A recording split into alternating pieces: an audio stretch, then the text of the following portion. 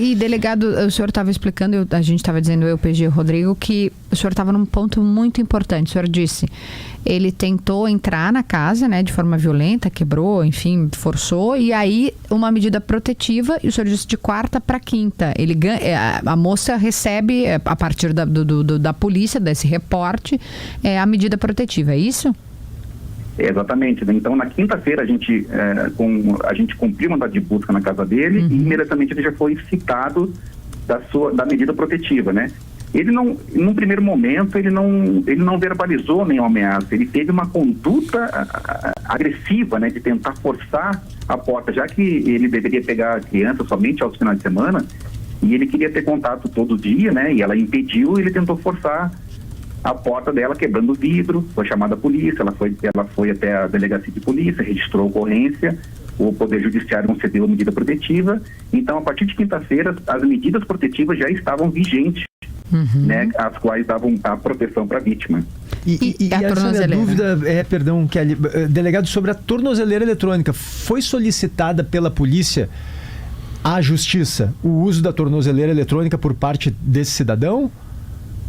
Não foi solicitado porque, como ela registrou uma ocorrência num plantão e ela foi para o judiciário, num primeiro momento não foi solicitado essa tornozeleira eletrônica, que poderia ser monitorado o agressor. E o senhor acredita e até mesmo... Pois não, perdão, pode concluir, perdão. E um fato interessante, assim, que a vítima, a gente conversava com ela, a gente colocou ela em um local seguro, até um local próximo da delegacia, nos pais dela, a gente ficou com o monitoramento dela. A cidade é pequena, então a gente vê quando aquele caso é um pouco mais delicado e a gente dá uma atenção maior.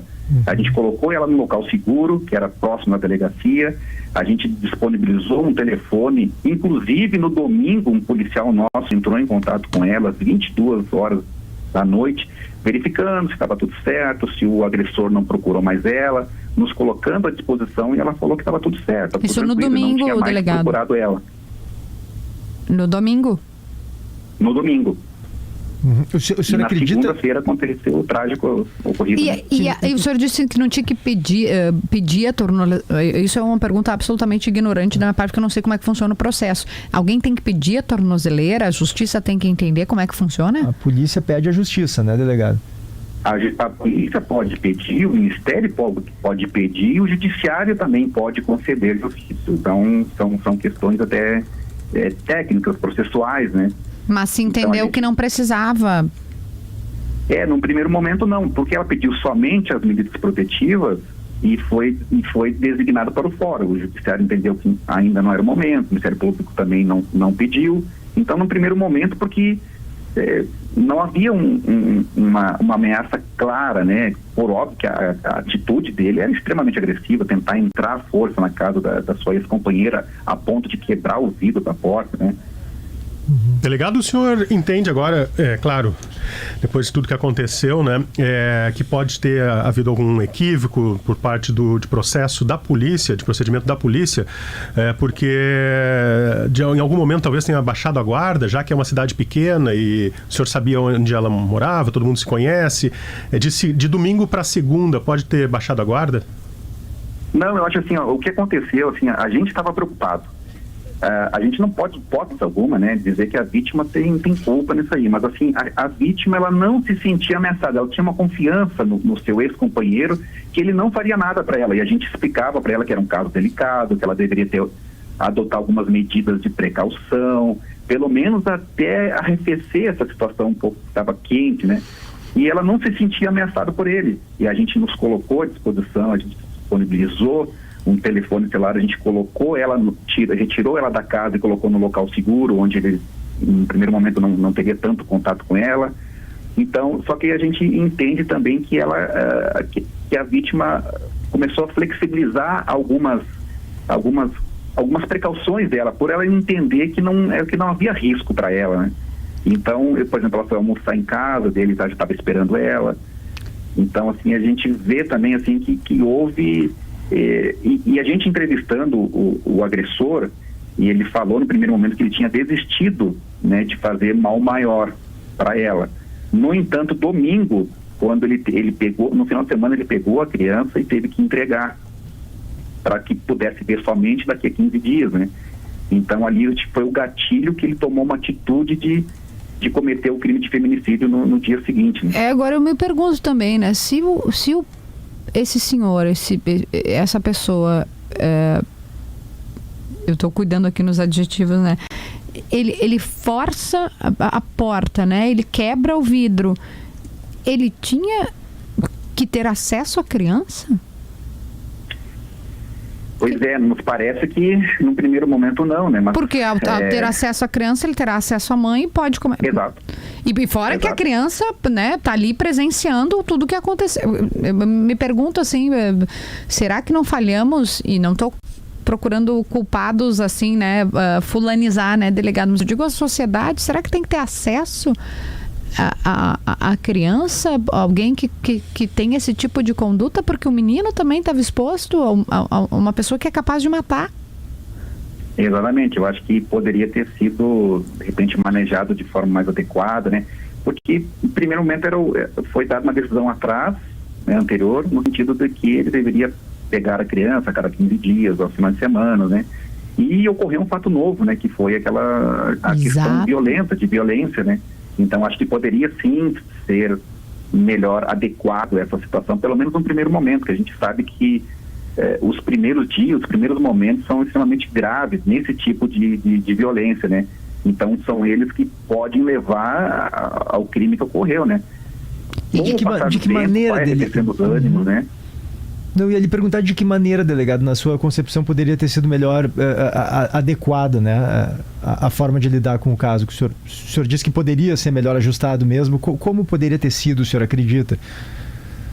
Eu acho que num primeiro momento, já que ela pediu as medidas protetivas, né, deveria ser manejada essa questão da vida do filho, né? Eu acho que no primeiro momento, não...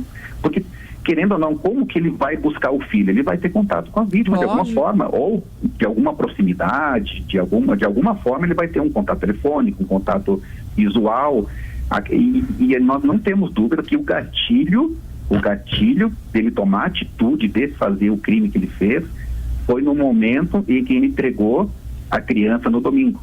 Claro, ele devolve, porque pela regra ela tinha a criança ficar com ele, né? E aí ele se vê diante de novo daquela decisão, né? Olha, eu não posso ficar com meu filho agora todos os dias, é de 15 em 15, eu não sei exatamente. E isso desperta o gatilho para que ele, né, se absolutamente fizesse o que fez.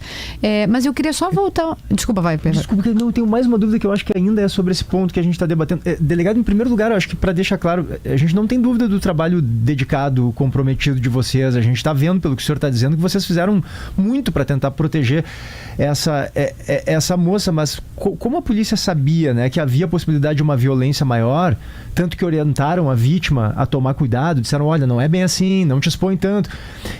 A minha dúvida é se o senhor acredita que pode ter havido uma falha por não ter solicitado o uso da tornozeleira. Essa é uma dúvida que eu tenho mesmo, porque tem muita tornozeleira disponível que não está sendo usada. O senhor acredita que poderia ter sido feito isso?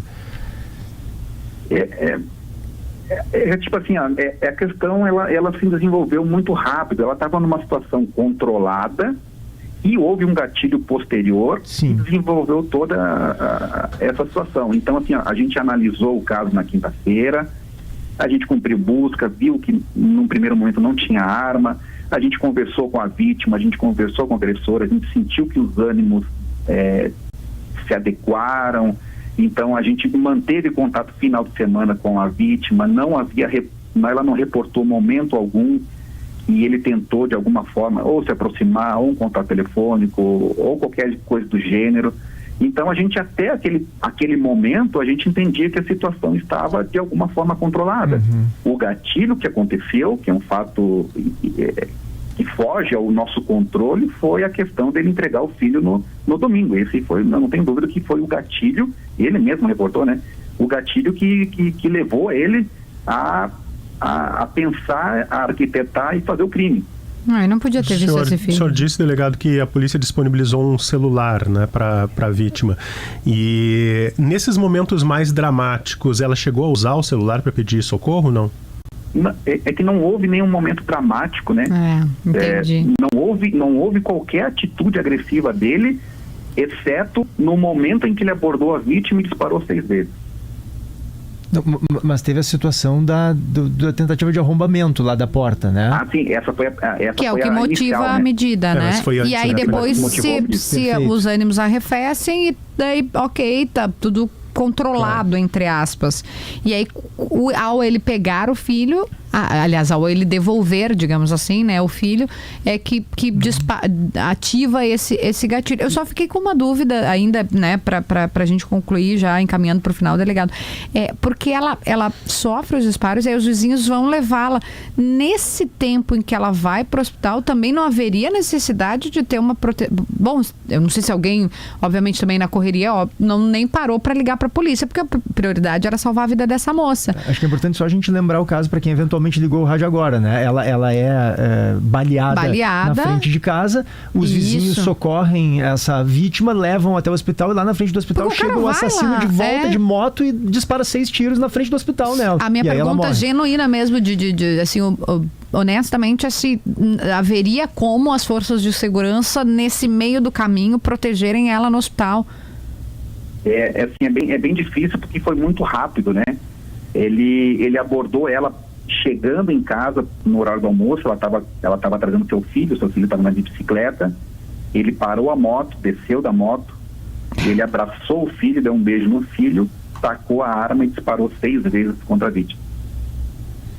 E aí ela foi socorrida por um amigo ali, foi levado até o hospital e ao chegar no hospital ele já chega imediatamente atrás, né? E a gente conversou com ele, a gente perguntou porque o revólver utilizado foi um calibre 38. São 6 munições. Ele descarregou a primeira vez e ele veio numa outra rua, ele recarregou o revólver e ele viu que ela estava sendo socorrida para o hospital e chegou no hospital e desferiu novamente mais 6 tiros. A pessoa que socorreu ela nos contou os últimos relatos dela, né? Que tentou até de alguma forma salvar ela, colocou no banco de trás e ela foi conversando e consciente até o hospital. E ela até reportava para o amigo, né? E que as últimas palavras dela foi assim, que não me deixe morrer, não me deixe morrer. E aí, ao chegar no hospital, então foi frações de segundo, não tinha como chamar a polícia e especialmente de um fato diferente, né? O autor efetuar 6 disparos e voltar para efetuar novos 6 disparos, né? Qual é a distância, delegado? Atenção, né? Distância entre a casa e o hospital? A distância entre a casa e o hospital são aproximadamente 1 quilômetro. É muito perto, né? E não tem posto policial nas proximidades. Não foi muito rápido, assim, foi fração de minutos, assim, não tinha como intervir, né, nessa situação, assim, pelo fato que deu. Delegado, eu agradeço mais uma vez, né, porque sabemos aí do trabalho e da dedicação dos senhores e o senhor parar e conversar conosco. Eu acho que é importante que nós façamos uma reflexão enquanto sociedade, estava provocando essa discussão aqui também, que ele está preso, né? Por óbvio? Ele está preso. Tá. E só para eu entender, a prisão é aquela que não tem prazo ou é uma prisão que... Ele foi preso em flagrante, a gente vai representar pela prisão preventiva, né? E sendo concedido a prisão preventiva, ele fica preso até o final do processo. Pela preventiva, sim, daí a justiça tem que aceitar, determinar, enfim. Delegado Marcelo Batista, titular da Delegacia de Polícia de São Francisco de Assis, falando sobre mais um caso de feminicídio que, infelizmente, não será o último, né? Se a gente ainda em janeiro noticiar mais um, não será surpresa para ninguém. Obrigada, delegado. Bom trabalho para o senhor.